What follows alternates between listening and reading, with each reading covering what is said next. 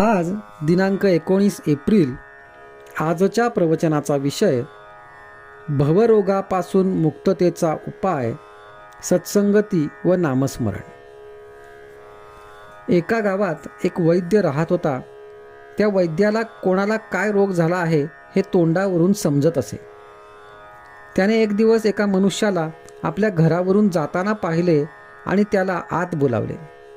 वैद्याने त्या माणसाला सांगितले की तुला एक भारी रोग झाला आहे, पण मी सांगतो ते औषध घे आणि मी सांगेन त्याप्रमाणे पथ्य पाळ, म्हणजे तुझा रोग बरा होईल. वैद्याने सांगितलेले औषध आणि पथ्य त्या मनुष्याने पाळले नसते तर त्यात त्या वैद्याचे काही नुकसान होते का? त्याप्रमाणेच संत लोक जे आपल्याला करायला सांगतात त्यात त्यांना स्वतःला काही मिळवायचे असते का?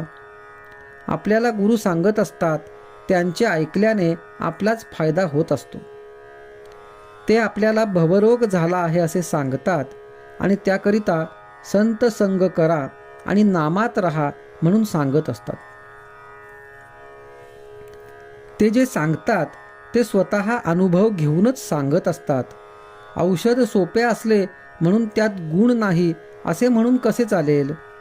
तुकारामांनी आपल्या उपासनेची शपथ घेऊन सांगितले आहे की नामस्मरणासारखे सोपे साधन नाही. तुमचा हल्लीच्या साधूंवर विश्वास नसला तरी समर्थ आणि तुकाराम यांनी सांगितले त्यावर तरी विश्वास ठेवायला काय हरकत आहे? त्यांनी तुमच्या कल्याणाकरताच ते साधन सांगितले आहे. ते तुम्ही न कराल तर त्यांचे काही नुकसान नाही, तुमचेच नुकसान आहे. तरी त्याचा विचार करा. आपल्याला रोग झाला आहे अशी आपली अगोदर खात्री झाली पाहिजे, म्हणजे निम्मे काम झाले. आपल्याला रोग झाला आहे असे पक्के कळल्यावर आपण औषध घेण्याचे टाळणार नाही.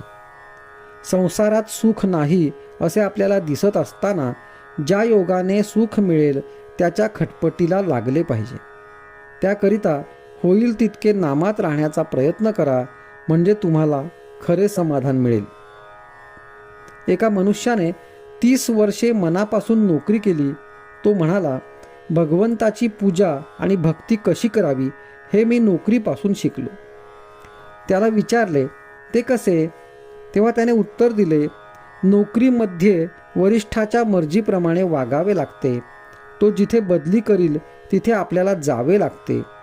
मग घरात अडचण असली तरी तिथे आपले काही चालत नाही, म्हणजे आपले पण बाजूला ठेवावे लागते.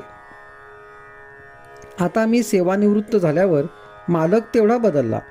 आता मी वरिष्ठाच्या ठिकाणी भगवंताला ठेवला आहे. भगवंत हा श्रेष्ठ वरिष्ठ आहे, कारण तो माणसासारखा स्वार्थी नाही. तो अत्यंत निस्वार्थी असल्यामुळे माझ्या हिताचेच नेहमी घडवून आणतो, म्हणून मी आता अत्यंत आनंदात आहे. याचप्रमाणे प्रत्येक माणसाने आपल्या प्रपंचापासून परमार्थ करायला शिकले पाहिजे. हेच आपल्या जीविताचे सार आहे. आजचा सुविचार, अनन्यतेशिवाय भगवंताची प्राप्ती नाही, त्यातच भक्ती जन्म पावते.